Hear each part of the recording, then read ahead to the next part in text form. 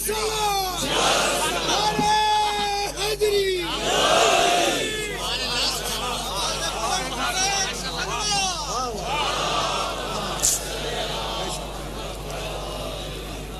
قرآن کی نگاہ میں، یعنی میں کہنا یہ چاہ رہا ہوں کہ کتاب الہی میں اساس علم توحید ہے. موضوع ذرا سا نامانوس ہے لیکن میرے ساتھ چلتے رہنا، اس لیے کہ اب دامن وقت میں گنجائش بہت زیادہ نہیں ہے. اساس علم توحید ہے. اب میں کیسے اپنے سننے والوں کی خدمت میں عرض کروں کہ معصوم کی خدمت میں ایک شخص آیا اور کہنے لگا کہ فرزند رسول، یہ سورہ قل هو اللہ احد ہے کیا؟ یہ سورہ قل هو اللہ احد یہ کیا ہے؟ بھائی سنو، معصوم نے کہا سیکونون فی آخر الزمان اقوام متعمقون. آخر زمانے میں جب زمانہ آخر ہو جائے گا تو بڑے متعمق اور گہری سوچ رکھنے والے لوگ پیدا ہوں گے. یہ سورہ اللہ نے ان کے لیے نازل کیا ہے.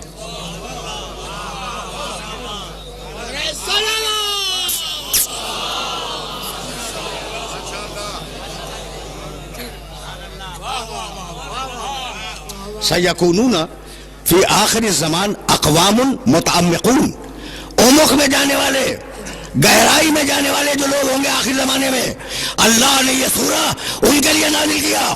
بھائی بہت توجہ رہے. جانتے ہو کہ اس سورہ کا شان نزول کیا ہے؟ یہودی آئے اور یہودیوں نے آنے کے بعد رسول اللہ سے کہا کہ یا رسول اللہ آپ ذرا اپنے اللہ کا شجرہ نسب بیان کریں.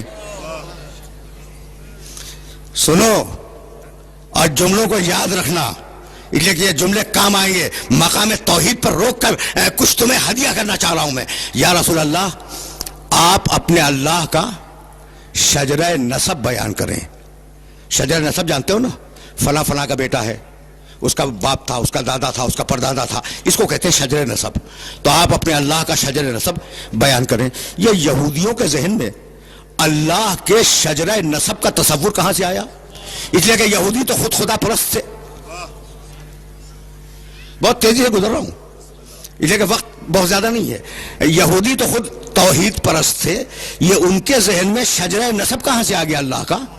تو اگر قدیم صنمیات کی کتابیں دیکھو، یہ صنمیات کا لفظ جو ہے نا، اس کا انگریزی ترجمہ ہے مائتھولوجی، یعنی کس قوم میں کون سے بت تھے، ان بتوں کا شجرہ کیا تھا، وہ کس دیوی کے پیٹ سے پیدا ہوئے، وہ کس دیوتا کے صلب سے نکلے.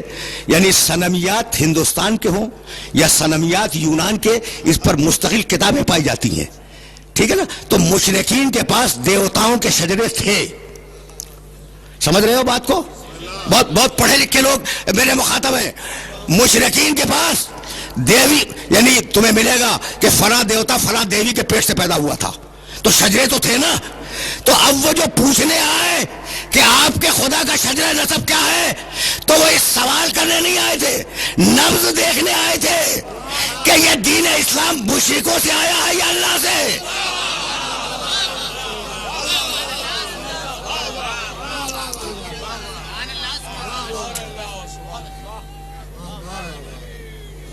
سمجھ رہے ہو؟ وہ نبض ٹٹولنے آئے تھے کہ پوچھو یا رسول اللہ آپ کے اللہ کا شجر نسب کیا ہے. تو اگر انہوں نے شجر نسب بتا دیا تو یہ مشرکوں کی ایک نئی شکل ہوگی، اسلام شرک کی ایک نئی شکل ہوگی. اور اگر کچھ اور بتا دیا تو پھر ہم غور کریں گے. تو آپ کے، بھائی توجہ رہے، آپ کے خدا کا شجر نسب کیا ہے؟ اب جواب آیا، بسم اللہ الرحمن الرحیم، قل هو اللہ احد. کہہ دو کہ وہ اللہ، وہ کون جس کے متعلق سوال کر رہے ہو؟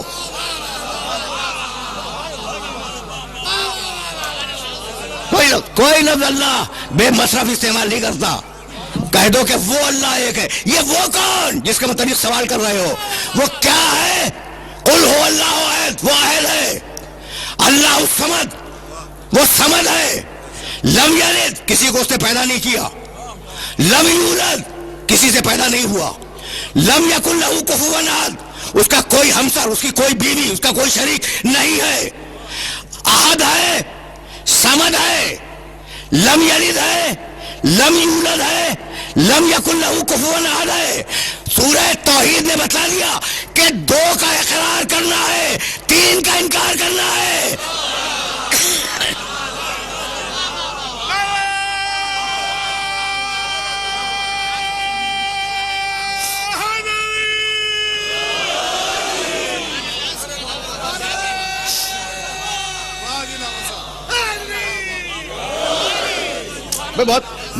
بہت سامنے کی بات ہے نا کہ قل هو اللہ احد، اللہ الصمد، وہ احد ہے، وہ احد ہے، وہ صمد ہے، 2 کا اقرار کرو۔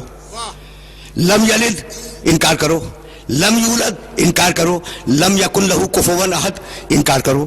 تو 2 کا اقرار کرو اور 3 صفتوں کا جو اس میں نہیں ہے ان کا انکار کر دو کہ یہ صفتیں اس میں نہیں پائی جاتی۔ لم یکن لہ کفوا احد، اس کا کوئی کفو نہیں ہے۔ کفو کے معنی کم از کم یہاں پر ہمسر کے ہیں، بیوی، کوئی بیوی نہیں ہے۔ جب بیوی نہیں ہے تو پھر اولاد بھی نہیں ہے۔ بھائی تصور خاندان کا پہلا تو یہیں سے پیدا ہوتا ہے کہ ایک باپ ہو، ایک بیٹا ہو، ایک اس کی ماں ہو۔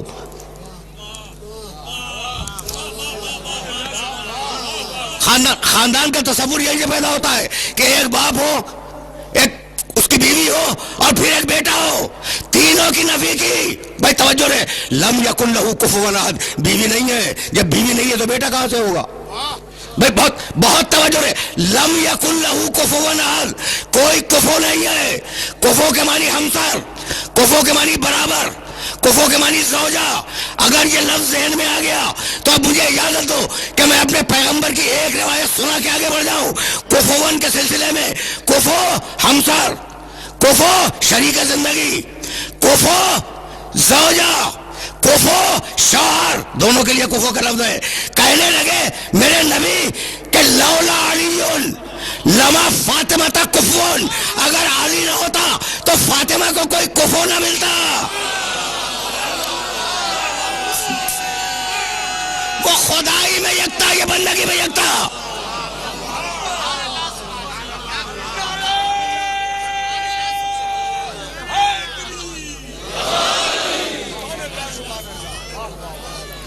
وہ خدائی میں یکتا ہے، یہ بندگی میں یکتا ہو جاتی اگر اسے کفر نہ ملتا۔ بھائی عجیب و غریب مرحلہ فکر ہے، اور اس مرحلہ فکر پر تمہیں روکوں گا نہیں۔ تو اب یہودیوں کو جواب مل گیا کہ اس خدا کا کوئی خاندان نہیں ہے، اس خدا کا کوئی رشتہ دار دنیا میں پایا نہیں جاتا، یہ خدا کسی کا بیٹا نہیں ہے، یہ خدا کسی کا باپ نہیں ہے، خدا ہے مجرد۔ تو اب کیسے پتا چلے کہ یہ خدا ہے کون؟ کہا کہ اب ہم اپنی نشانیاں دکھلائیں گے۔ دیکھو سلسلہ فکر مسلسل ہے، ہم اپنی نشانیاں دکھلائیں گے۔ اور اب قرآن مجید نے بار بار نشانیوں کا سلسلہ بیان کیا، مسلسل نشانیاں بتلائیں۔ ہر سورے میں جو سورہ تیوان ہیں، جو لمبے لمبے سورے ہیں نا، اس میں مسلسل اپنی نشانیاں بتاتا چلا۔ کہنے لگا خلق الانعام لکم فیہا دفء ومنافع ومنھا تاکلون ولکم فیہا جمال حین تریحون وحین تسرحون وتحمل اثقالکم الی بلد لم تکونوا بالغیہ الا بشق الانفس ان ربکم لرؤوف رحیم والخیل والبغال والحمیر لترکبوها وزینۃ ویخلق ما لا تعلمون۔ تم ہماری نشانی ہو، سنتے جاؤ، اب میرے پاس وقت نہیں ہے کہ میں پوری تفصیل سے ترجمہ کروں۔ تم ہماری نشانی ہو، جن سواریوں میں چلتے ہو وہ ہماری نشانیاں ہیں۔ ہم نے تمہیں اونٹ دیا، نشانی ہے، گھوڑا دیا، نشانی ہے، خچر دیے، نشانی ہے، ہم نے سواری کے لیے گدھے دیے، یہ نشانی ہے۔ بھائی کہاں تک تمہیں نشانیاں گنواؤں؟ ینبت لکم بہ الزرع والزیتون والنخیل والعناب ومن کل الثمرات ان فی ذلک لآیۃ لقوم یذکرون۔ بھائی عجیب بات ہے، ہم نے تمہیں کھیتیاں دی، ہم نے تمہیں پھل دیے، ہم نے تمہیں پھول دیے۔ یہ نشانیاں ہیں ان لوگوں کے لیے جو ذکر سے کام لیتے ہیں، جو فکر سے کام لیتے ہیں۔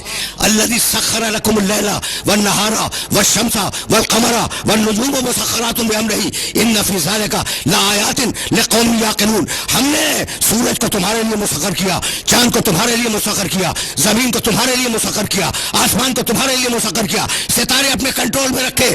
ہم نے اس میں نشانیاں رکھی ہیں ان لوگوں کے لیے جو عقل سے کام لیتے ہیں۔ علم ترو ان اللہ، بھائی اگر ان آیات کو ذہن میں محفوظ رکھ سکو تو محفوظ رکھتے چلے جاؤ. اس سے پہلے کی ایک آیت پڑھ دوں. وَأَوْحَىٰ رَبُّكَ إِلَى النَّحْلِ أَنِ اتَّخِذِي مِنَ الْجِبَالِ بُيُوتًا وَمِنَ الشَّجَرِ وَمِمَّا يَعْرِشُونَ ثُمَّ كُلِي مِنْ كُلِّ الثَّمَرَاتِ فَاسْلُكِي سُبُلَ رَبِّكِ ذُلُلًا يَخْرُجُ مِنْ بُطُونِهَا شَرَابٌ مُخْتَلِفٌ أَلْوَانُهُ فِيهِ شِفَاءٌ لِلنَّاسِ إِنَّ فِي ذَلِكَ لَآيَةً لِقَوْمٍ يَتَفَكَّرُونَ.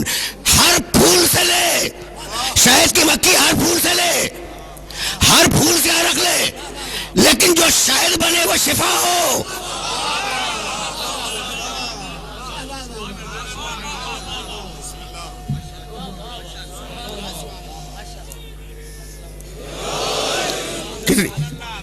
کتنی آیتیں بتلاؤں جہاں اللہ اپنے نشانیوں کی طرف انسانیت کو متوجہ کرتا ہے. ان فی ذالک لآیۃ لقوم یتفکرون. آیتیں ذہن میں محفوظ رکھتے جاؤ گے نا، اس لیے کہ یہ آیتیں تمہیں کبھی کام آ جائیں گی. الم یروا الی الطیر مسخرات فی جو السماء ما یمسکہن الا اللہ ان فی ذالک لآیات لقوم یؤمنون. تم نے یہ غور نہیں کیا کہ فضاؤں میں جو پرندے گھوم رہے ہیں، علم یروا الی الطیر، تم نے پرندوں کو نہیں دیکھا؟ مسخرات فی جو السماء، انہیں یہ رکے ہوئے ہیں آسمان کی فضا میں، یہ رکے ہوئے ہیں. طریقہ تو یہی ہے کہ زمین چیزوں کو کھینچ لیتی ہے. یہ تسبیح میں اب یہ اچھال دوں زمین اسے کھینچ لے گی اور زمین پہ گر پڑے گی. بھئی یہی تو ہے نا کہ زمین میں کشش ہے اور وہ کھینچ لیتی ہے. علم یروا الی الطیر، تم نے پرندوں کو نہیں دیکھا؟ مسخرات فی جو السماء، یہ رکے ہوئے کیسے ہیں فضاؤں میں؟ ما یمسکہن الا اللہ، انہیں کوئی نہیں روک سکتا سوائے اللہ کے. پہنچ رہے ہیں یہ میسج پہنچ رہے ہیں. ما یمسکہن الا اللہ ان فی ذالک لآیات لقوم یؤمنون. ہم نے ان پرندوں کے رکنے میں نشانی رکھی ہے صاحبان ایمان کے لیے.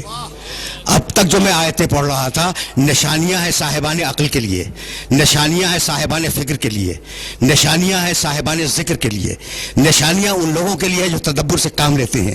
یہ واحد مقام ہے جہاں کہتا ہے نشانیاں ہیں مومنین کے لیے. بھئی کیا نشانی ہے؟ کیا نشانی ہے؟ فضا میں رک جانے پر مومن کے لیے نشانی ہے. مومن کے لیے نشانی ہے کہ پرندے فضاؤں میں رک نہیں سکتے اگر اللہ انہیں نہ روکے. بھئی مومن کے لیے نشانی ہے کہ اگر مومن ہے تو اس کے ذہن میں فوراً خیال آئے گا کہ خیبر کے میدان